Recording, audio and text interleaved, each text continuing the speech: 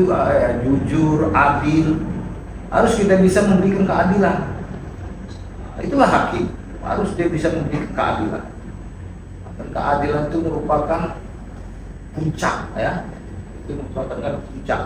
Jadi kalau ada kaidah bahasa Arab itu al-adlu, itu bahasa Arab itu bahasa Arab. Jadi itu adil itu adalah puncak hukum kekuasaan, adil, jujur, kemudian memperlakukan pihak itu sama, jangan nggak sama. Makanya kalau ada kepentingan konflik of interest nggak boleh, kita boleh mengundurkan diri. Oh itu tetangga saya, ya kan? Pasti itu ada kepentingan kan, kita boleh mengundurkan diri. Itu berarti ada konflik of interest. Jadi perlakukanlah sama para pihak itu di depan hukum. Makanya kita bertanggung jawab, gitu, etika profesi itu jujur, berintegritas, berdisiplin. Jangan nggak disiplin, indisipliner, nggak boleh kan?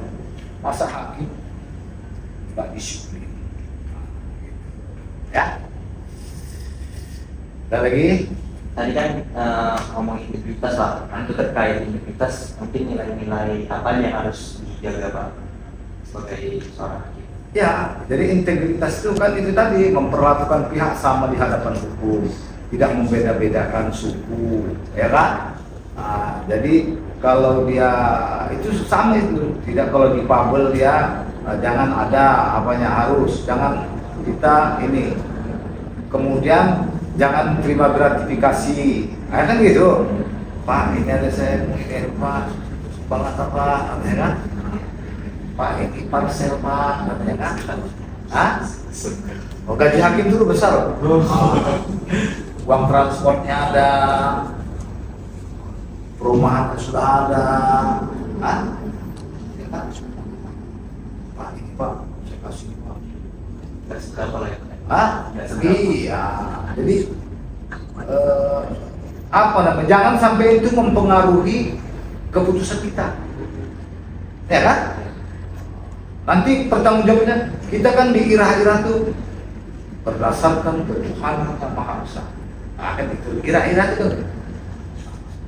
Jangan sampai tergiur itu. Jadi walaupun ada ya oknum lah, semua adil. Ya kan karena itu gaya hidup. Kita ini banyak karena gaya hidup glamor, parfum, harga rendah. Ya. Gaji hakim itu cukup kan? Sebulan itu hampir 35 juta itu cukup lah. Kalau yang pertama itu udah 15 juta, udah cukup kan? Tapi jangan ini mau alfat terus kan, rumah kita sudah ada.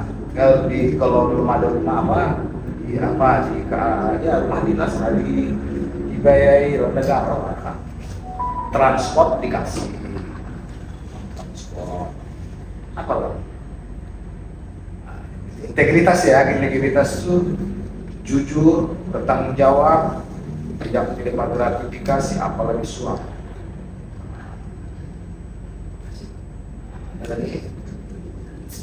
Ada sekarang. Pak, lanjut Pak, dari pertanyaan tadi, apa saja bentuk konflik kepentingan yang mungkin terjadi dalam profesi hakim seperti Pak? Iya, jadi banyak. Jadi konflik of interest itu bisa saja umpamanya teman kita, tetangga kita, bisa aja Pemda tolonglah, itu kan gitu. Jadi independensi hakim itu terganggu. Kemandirian hakim itu kan etika itu apa? Kemandirian hakim itu nggak mandiri lagi, bisa terpengaruh. Tegas. Jadi kalau memang kita juga, oh ini kawan Pak ini tetangga, udah bilang aja lah, Pak ini jangan saya jangan ditetapkan saya sebagai hakim sama pimpinan atau ketua lah, yang ditetapkan saya sebagai majelisnya.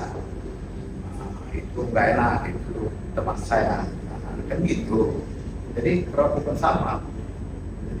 Jadi sikap kita itu harus istiqomah, konsisten. Ya, gitu Pak ya. Itu bentuk konflik of interest. Banyak itu konflik of interest, suka ada benturan konflik kepentingan teman, sahabat, satu arisan, hubungan sektoral, kelembagaan. Politik. Kalau terkena tekanan politik. Tekanan politik, tapi kalau tekanan politik itu jarang itu. Karena kita yudikatif kan, kalau itu kan eksekutif ya, eksekutif, yudikatif, legislatif. Jadi kalau legislatif itu malah justru ya nggak berani lah pada zaman sekarang nih kan, kayaknya nggak terlalu mencampur ya, tapi ya ada juga secara sembunyi ada pasti itu kan. Nanti nggak bisa kau jadi ini, jadi ketua, jadi apa, ya bisa. Tapi itu tidak kalau di pengadilan agama kayaknya ya harus mengubah pengadilan lah. Ya kalau ada terjadi itu ya itu apalah kasuistik lah itu. Ya. Iya boleh. Pertanyaannya Pak soal bagaimana peran kode etik dan pedoman perilaku hakim dalam kehidupan profesional Bapak. Iya, jadi kita itu sebagai hakim itu ya kita harus melaksanakan kode etik itu jujur, profesional. Profesional harus kita ikuti perkembangan, bertanggung jawab terhadap apa yang kita buat. Nah, jangan nanti ini apalagi buat putusan harus siap. Kita harus bertanggung jawab. Kalau malamnya pulang ya malam. Nah, kan begitu. Jangan kita nggak bertanggung jawab terhadap pekerjaan kita. Kemudian mandiri kita, jangan nggak mandiri, independen, bebas, nggak ada yang bisa mempengaruhi. Kita mau putusan ini jangan kita pertimbangannya kok kita semua orang ada BAP-nya, pintu masuk orang nggak bisa. Nanti kalian merasakan, Pak bikin gini Pak, dasarnya ada bukti-bukti. Cerita pengadilan dan cerita bukti. Fakta mana bisa kita sembunyikan bukti? Ada punya akta otentik, ada keterangan saksi, lah gimana? Kalau itu kita pasti nggak puas dia, banding dia. Baik itu merendahkan martabat kita itu sebagai hakim. Kalau kita membuat pertimbangan aneh-aneh, kan? Nanti kalian rasakan di situ diuji keprofesionalan kita. Integritas kita, jujur kita tahu lah kita bohong atau tidak. Ya, dirasa itu kode etik ya. Nggak boleh, harus laksanakan, jangan melanggar kode etik. Walaupun banyak orang melanggar kode etik ya kan, tapi harus kita jadi. Ayo, ada lagi. Apa tantangan terbesar dalam menjaga independensi dan imparsialitas hakim di tengah tekanan publik atau intervensi pihak lain? Iya. Jadi malah justru nggak berani orang melakukan intervensi, nggak berani, belum ada yang di sini belum ada tolong ini apa nih masa begitu, nggak ada, karena orang sudah tahu tugas hakim itu. Nah, apalagi lawyer itu, kalau nggak senang dengan putusan, udah yang penting kita memang sesuai dengan putusan kita itu banding. Nah, jadi tantangan itu ada tapi ya abaikan. Yang paling berat kita kan pulus, pipulus kulum lulus, pipulus kulum calus, ya kan? Men ini kan. Dan itu berbahaya yang kita pertaruhkan jabatan kita. Kalau ketahuan pecat. Pernah pengusaha PM pecat. Apa artinya? Nama baik kita tercemar. Ya, kita pecat. Orang gaji kita cukup. Kan gitu. Jadi ya yang penting itu intinya integritas, jujur itu kalau kita punya agama tak tahu Tuhan pasti melihat. Gak ada CCTV tapi CCTV Tuhan kiri kanan pasti melihat juga apa yang terjadi. Ya, coba cocok dibantah. Pak, tapi sebelumnya ada nggak sih Pak? Kayak mungkin kalau buat sanksi-sanksi dari orang hakim-hakim yang melanggar kode etik itu ada nggak Pak? Ya seperti apa sih Pak? Oh banyak, pecat. Kalau kayak pemberhentian itu nggak Pak? Iya pemberhentian. Kalau untuk pembacakan sendiri dan pemberhentian itu kayak ada kualifikasinya Pak? Ada, jadi sidang kode etik dulu, ke Bawas dulu diproses, ada laporan. Maka sekarang kan apalagi zaman IT, orang cepat, ya, cepat itu, cepat melapor. Jadi yang benar pun bisa jadi salah kalau sudah menjadi opini publik kan. Apalagi medsos itu kan cepat itu, ya harus berhati-hati lah. Jadi dijagalah integritas. Dari sekarang belajar jujur lah. Apalagi kalau mahasiswa ini belajar jujur, belajar dan ilmu harus didukung dengan etika. Nah, etika itu adab, kejujuran, itu kan ada. Ya. Tidak neko-neko. Ya. Ya. Ada lagi. Kira-kira ada nggak contohnya kalau sampai terjadi pemberhentian dari hakim itu, kira-kira pelanggaran kode etik seperti apa? Ya, menerima suap,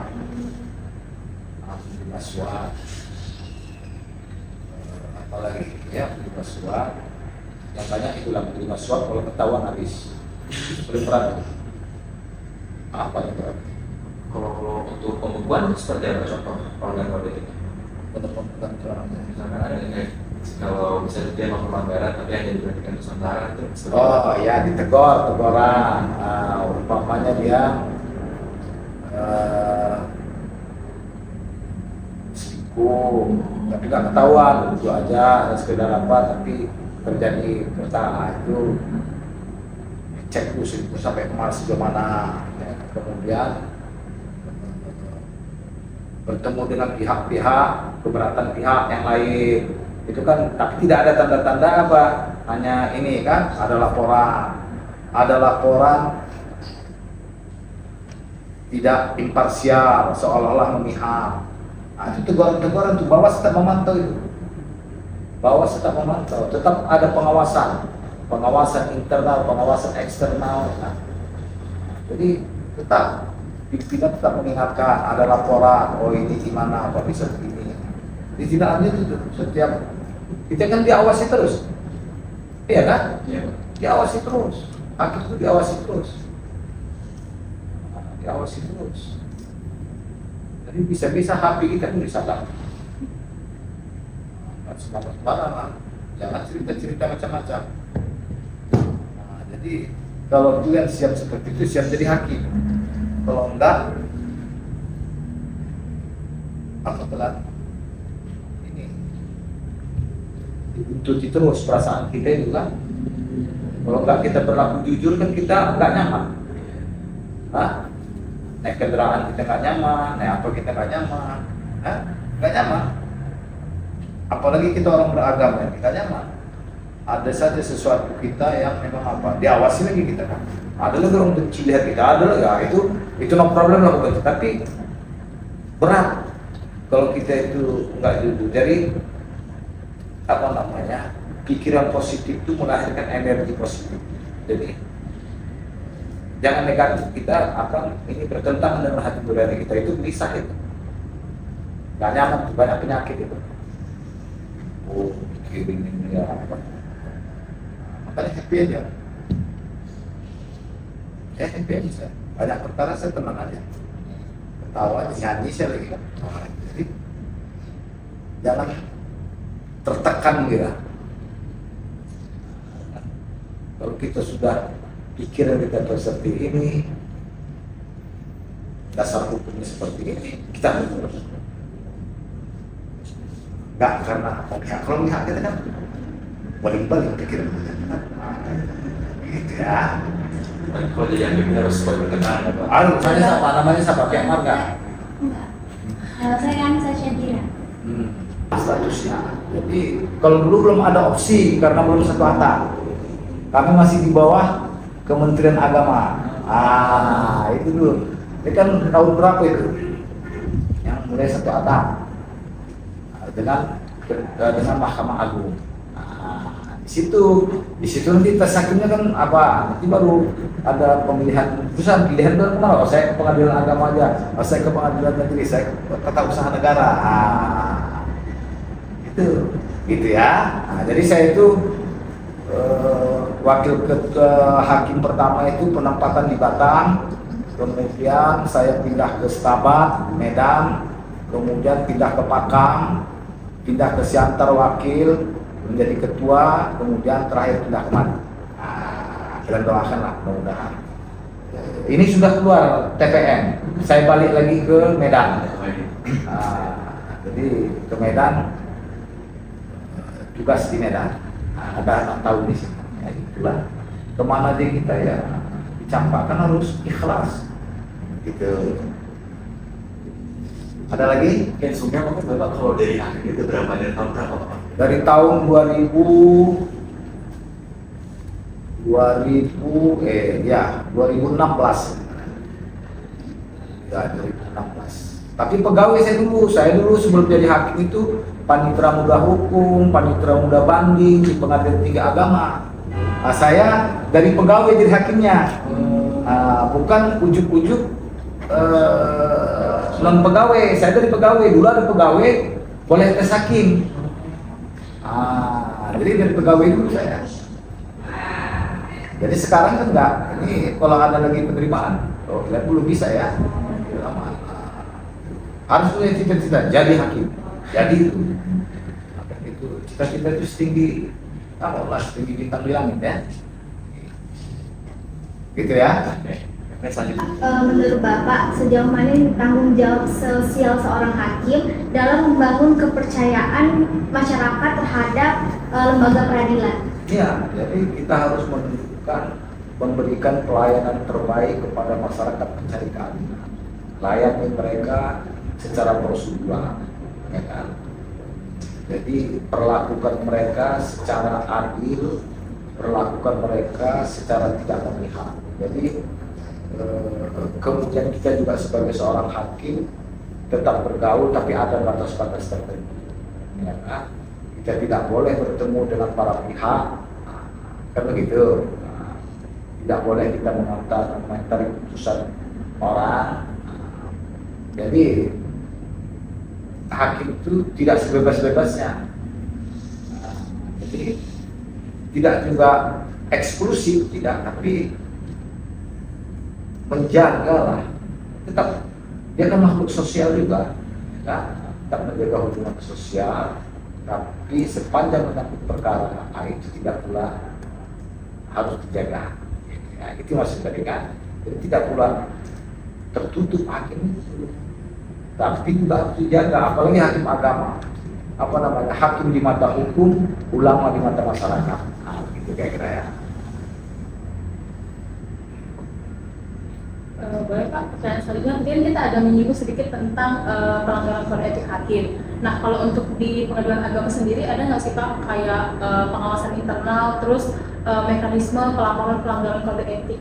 Ya, dari pengawasan internal itu ada tetap. Ini kan CCTV ada.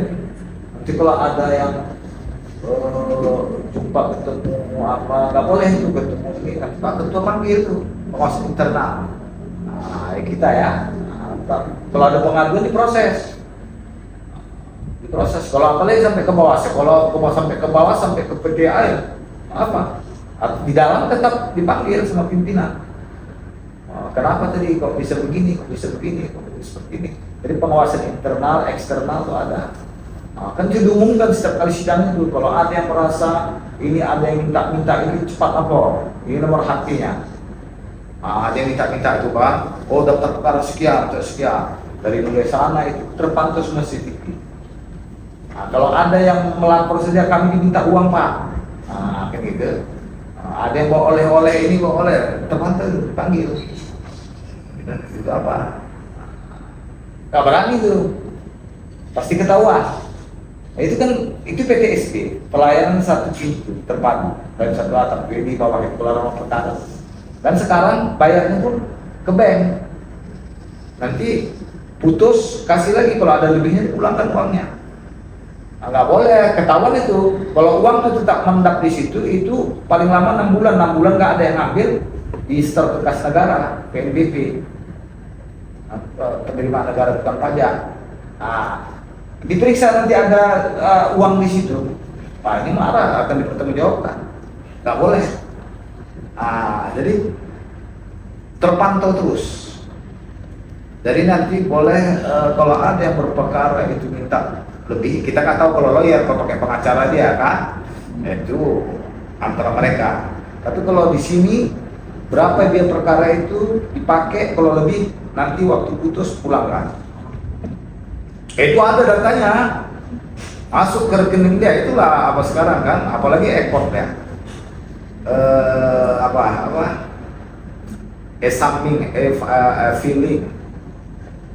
Filling, kemudian apa itu, mendaftar perkara secara ekor, nanti bayarnya melalui bank, di transfer, kalau nanti lebih dipulangkan. Nggak apa dia, nggak di ini ditahan. Sekarang kan transparan.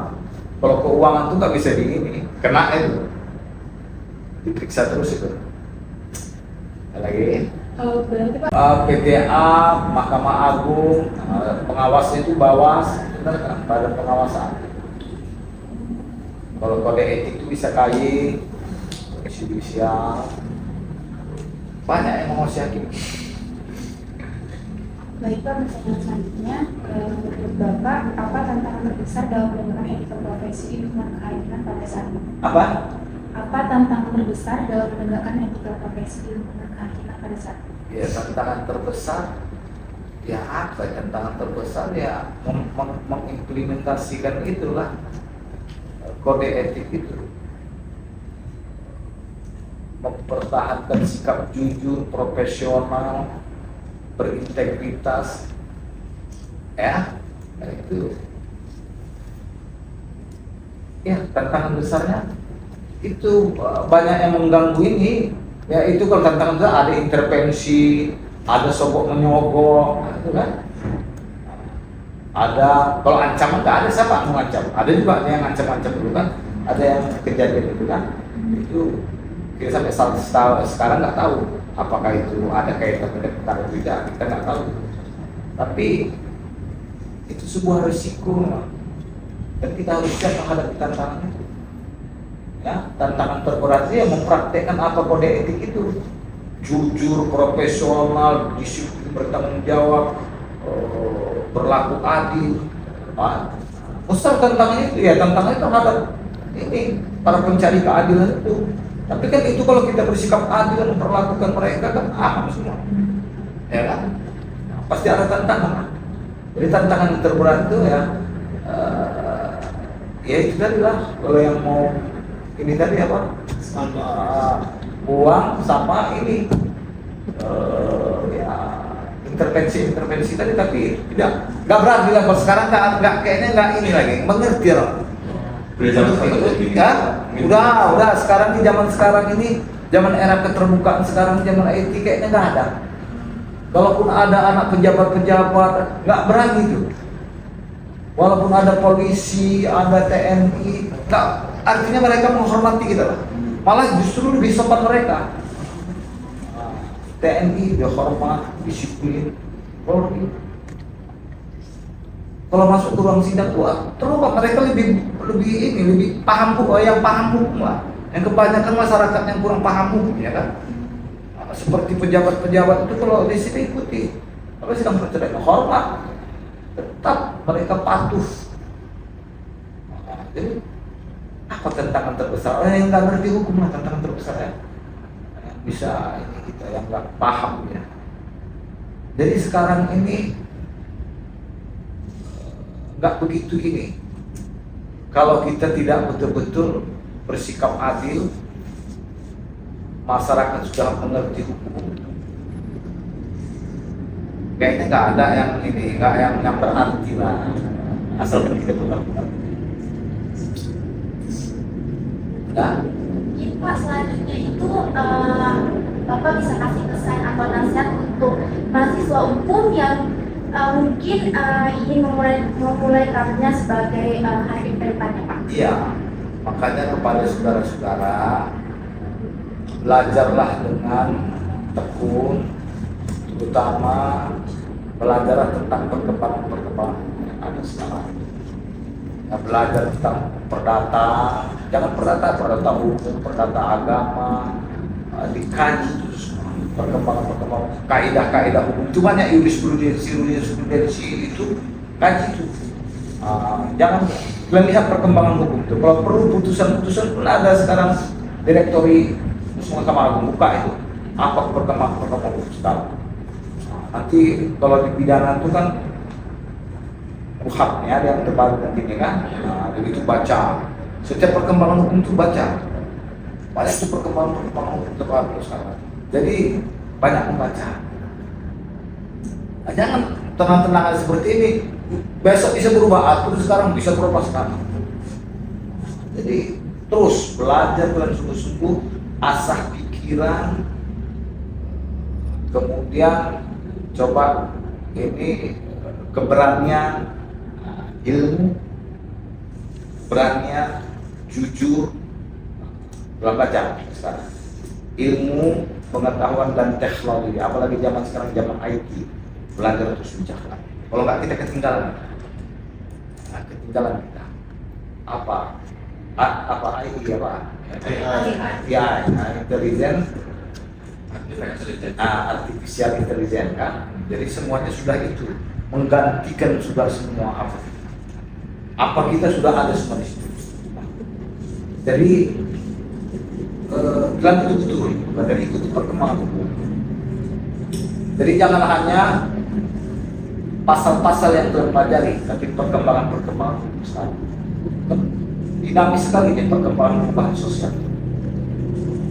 Dinamis sekali. Apa itu harta bersama, apa itu harta warisan, bagaimana lagi asal usul anak, bagaimana lagi tentang digital forensik, bagaimana tentang bukti IT. Wah, itu berkembang. Dulu mana ada itu? Kalau di hukum perdata sekarang kan bukti itu pasal berapa tuh? 283 atau 285 itu bukti tertulis, bukti saksi, pengakuan, sumpah, ya kan? Coba kalau sekarang ada WhatsApp, ada bukti chat, itu kan?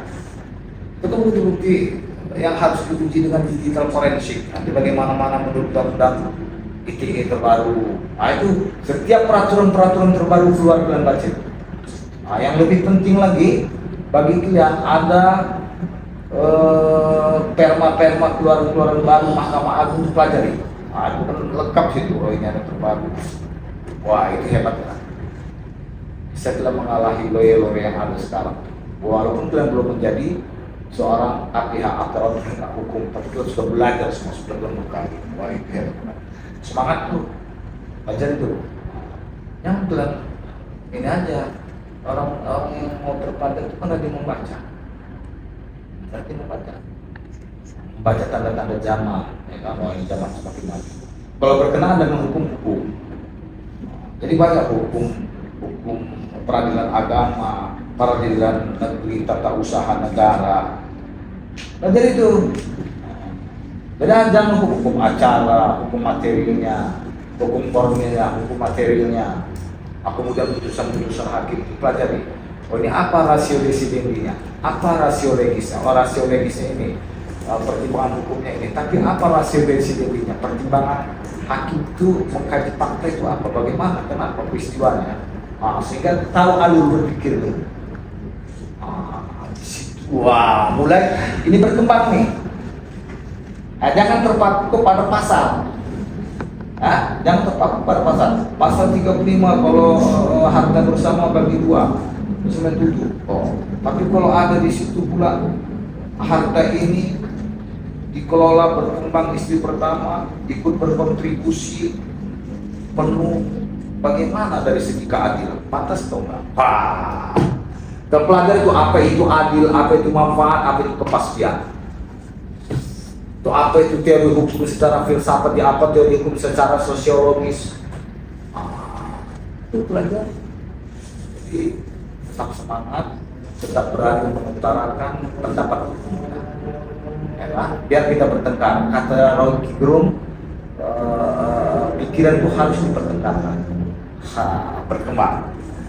Iya, jangan. Menurut enggak begini. Harus harus dikembangkan, harus ada buat interpretasi yang baru. jadi jangan ini pasal sekian ini. Oh, kalau begini bagaimana? Kalau begini bagaimana? Gitu. Mahasiswa itu begitu. Jangan. Jadi, ya, saya senang sama mahasiswa. Jadi enggak terima ya. Pendapat saya begini, akademisi itu kan begitu. Sebelum jadi praktisi, gabungkan nanti menseimbangkan antara akademisi dan praktisi. Pak. Ya kan? Oke, bisa tak bisa harus bisa, berani tak berani harus berani. Siap, saya harus berani. Mahasiswa itu kan gitu, jangan takut-takut, aku nggak paham saya. Gitu, walaupun nggak paham, ya kan? Cari dasarnya, buka Google. Nah ini gitu, ini rupanya artinya. Jadi saya pesan sama kalian harus berani memberikan pendapat terhadap dosen. Ini pas kalau begitu bagaimana Pak dosen? Biar salah.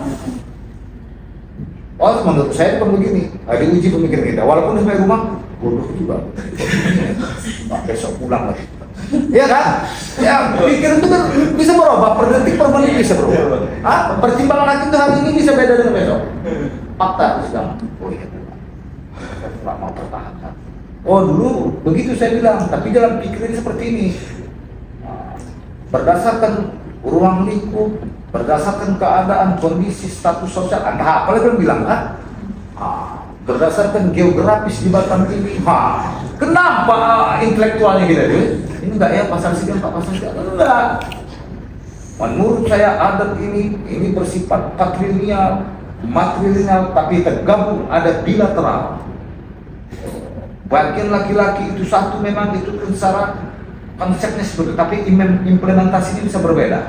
Dari mana kau tahu di kampung saya Pak berbeda? Ada ya kan? Harus juga begitu. Di kampung ini pula berbeda. Di Minang matrilineal, di Batak patrilineal. Harus kita gabung. Di Batak bilateral. Nanti kan? Kita hargai, perbuat, kita bela Pak. Jangan lagi menjadi ada problematis gender. Kan udah betul. Jadi jangan anggap enteng sama perempuan kami juga sama. Jadi apa namanya? Ilmu itu sedikit tapi keberanian banyak. Ilmu banyak tapi penakut gak ada gunanya. Yang lebih hebat ilmu banyak berani mengeluarkan pendapat.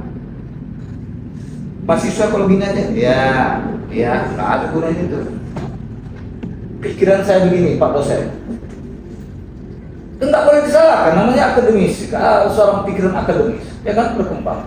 Nanti diuji. Gitu, ya. Jadi jangan normatif aja. Sekarang diasah pikiran bilang menerima sikap untuk berbeda. Kau salah, kau bodoh, kau jangan. Ya, walaupun bodoh dia kan masih awal, kan. Udahlah. Tapi jangan disembunyikan. Ya, kau betul, bagus. Kau pikirin kau macam mana? Ya, baru keluar pendapat Allah. Kalau ini kelemahannya ini, segmen seperti ini. Kalau ini mana yang lebih apa lagi?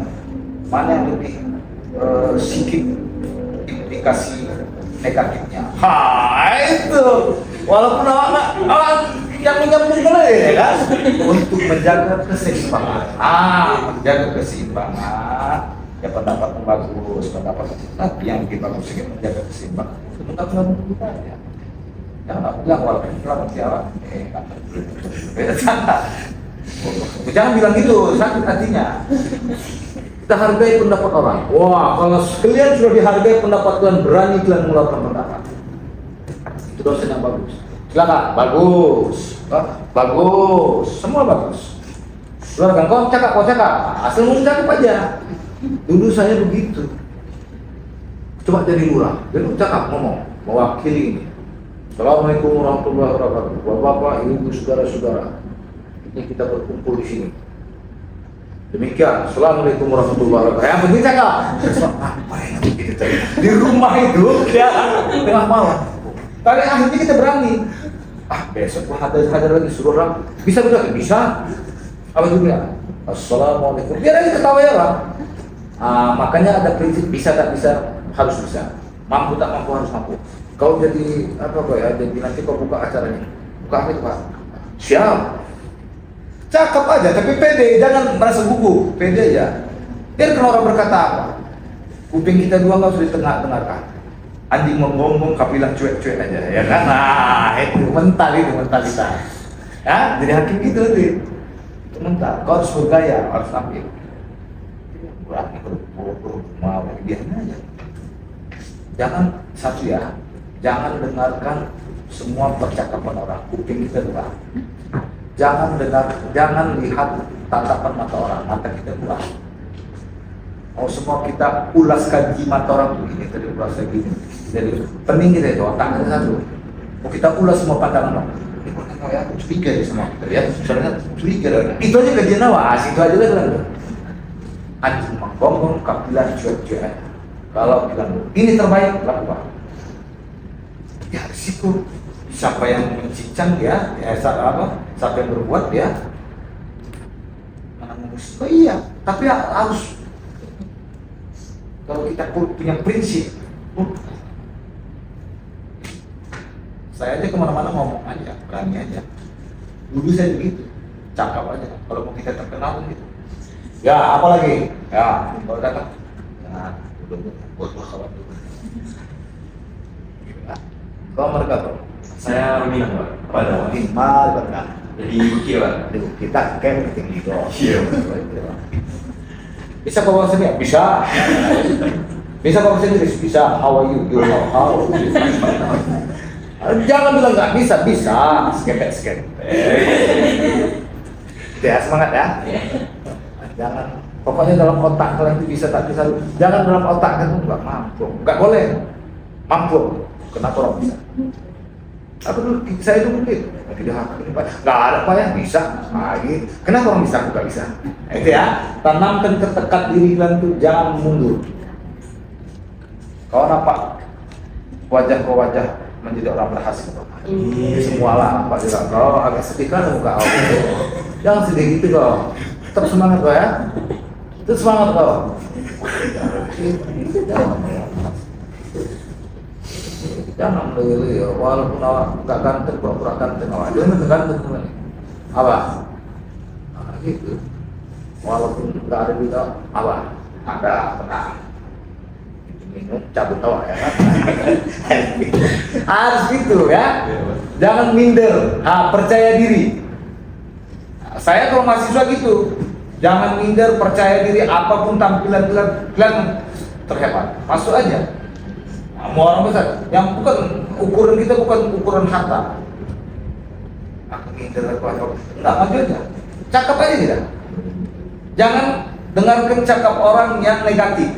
Kuping kita dua, jangan kau ulas itu. Makin pening, stres kau nanti mengulas cakap orang. Nah, jangan diulas tatapan mata orang. Apa tadi itu ya? Benci, aku jatuh cinta sama sana jatuh cinta, sini jatuh cinta. Lama-lama kalian terlalai. Apa yang kan? Maju. Nah, gitu ya. Ada lagi?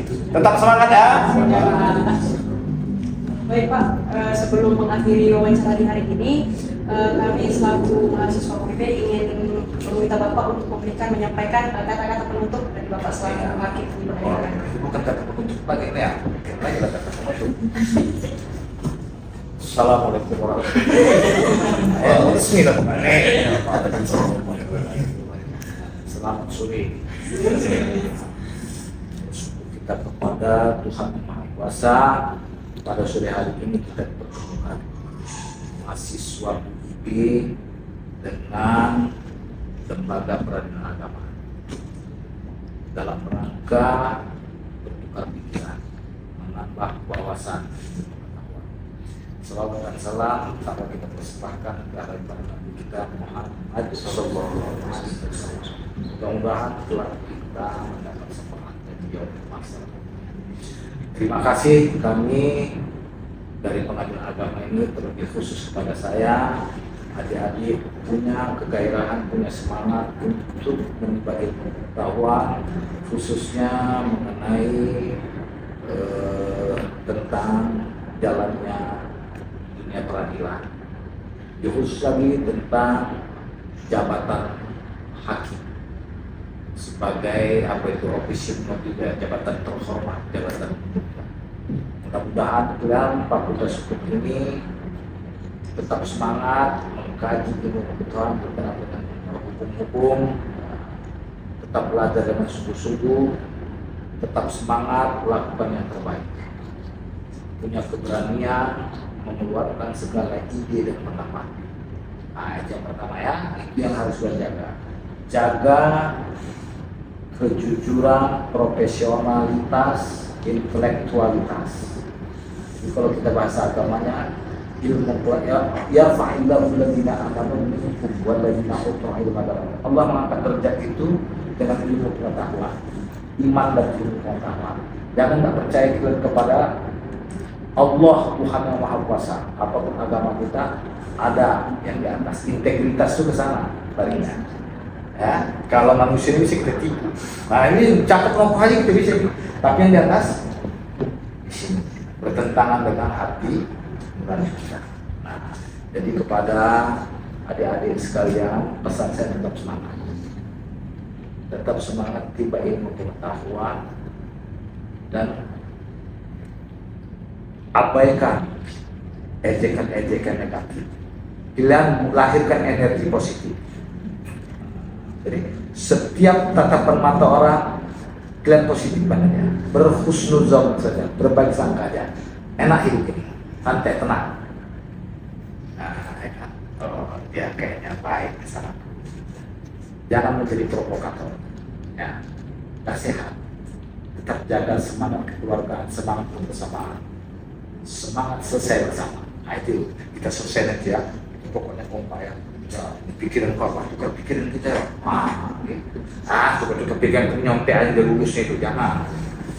Kalau itu gampang itu. Dan mohon kalau kita dalam pertemuan dengan dosen seperti saya tadi, keluarkan ide-ide kita. Pelajaran yang ini hukum formil. Apa itu hukum acara? Apa itu ini? Oh, kalian baca. Oh, ini pelajaran. Tanya. Ini kata dosen, oh menurut saya Pak, ini begini. Keluarkan ide-ide kan. Jangan ditanya, itu kalau kalian belajar mengeluarkan ide, oh itu akan muncul terus. Kalau kalian sekali udah berbicara di hadapan khalayak ramai, kalian kecanduan itu, gak ada rasa takut lagi. Jadi belajarlah untuk bersosialisasi, untuk bermasyarakat, belajarlah tampil di tengah-tengah masyarakat. Jangan takut salah. Lebih baik salah, lebih baik berbuat meskipun salah ketimbang tidak berbuat sama sekali walaupun benar. Nah, ya kan? Salah ya biasa berbuat, kita tetap berbuat meskipun salah. Lebih baik berbuat meskipun salah daripada tidak berbuat sama sekali. Aja nggak energik. Nah, ya. Kalau menung itu bukan tidak semangat ya, kaji ya. Nah, itu kan. Jadi jangan minum loyo.